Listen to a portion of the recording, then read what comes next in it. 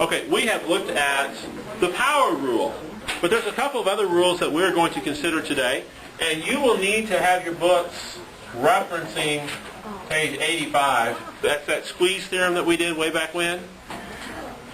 And so I'm going to start with this f of x is equal to the sine of x.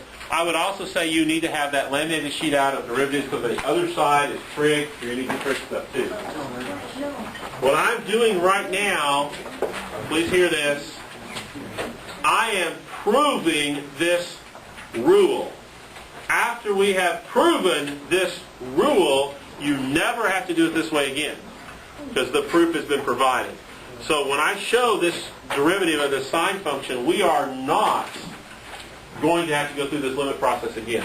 So do we need to write this down? You do not have to write this down. I want you to see it and understand what the proof is like using reference to things. So the derivative of the sine function is the limit as delta x goes to 0. This is that definition process of the sine of x plus delta x minus the sine of x all over delta x. Okay, that's the limit. Now you need to recall from last year's trig class that we have the sine of the angle sum. And so that is then the limit as delta x goes to 0.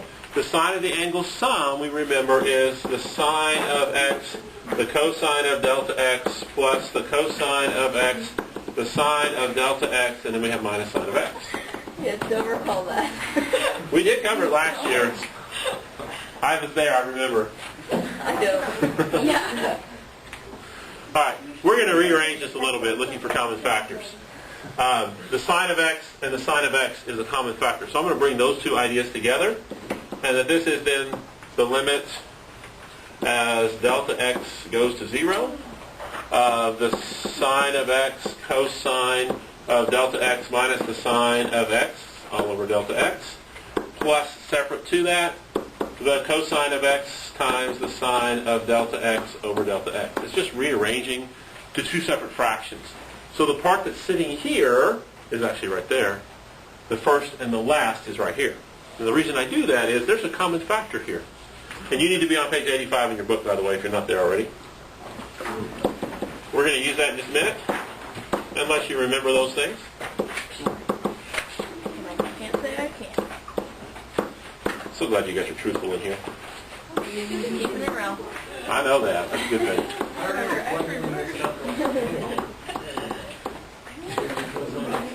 Okay.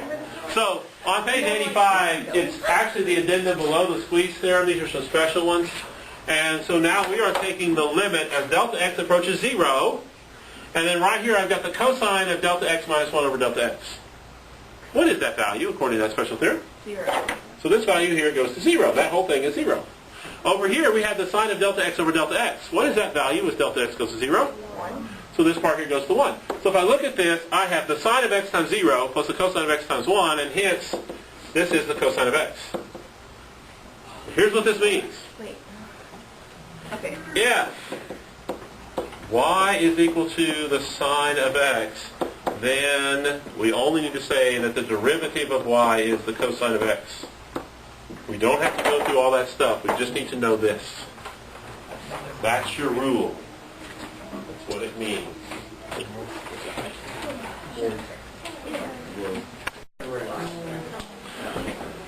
I have a couple more things that we're going to do. I'm not going to go through the proofing process with you on these next two items. They use the squeeze theorem also. The next one is quite similar, and you might need to kind of look at why it does what it does.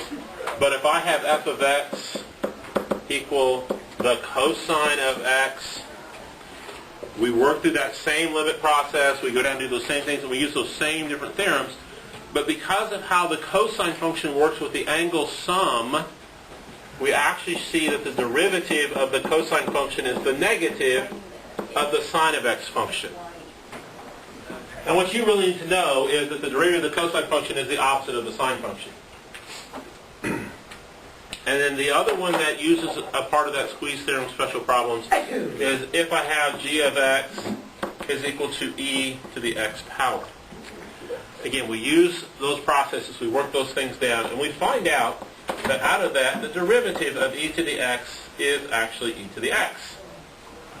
It is one of the few functions that is its own derivative. So what about like ln? No, not like an ln actually. But is the ln to the I know, but there's more things to the ln. I know you guys are trying to tie that ln and e together. No, don't do that. Yeah. The derivative of e to the x is just e to the x.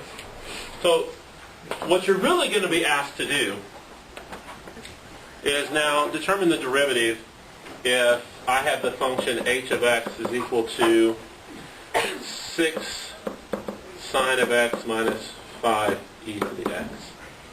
So if I ask that question and I say, let's find the derivative of this, we would need to either remember what the derivative of the sine function is, or we go look it up till we remember it, because you won't get to look it up on your test. You have to remember it. And the derivative of the sine function is? That's what we did a minute ago. So this becomes then 6, the cosine of x, and then the derivative of e to the x is? Yeah. So minus 5 e to the x. And that would be our derivative. And that's how I want you to use those things that I've shown you. You're not doing the limit process for it. You're saying this equals this as a derivative, and you're just finding it and putting it together. Does that make a little bit of sense? This is how it needs to work when you're actually using it and doing things with it. Okay?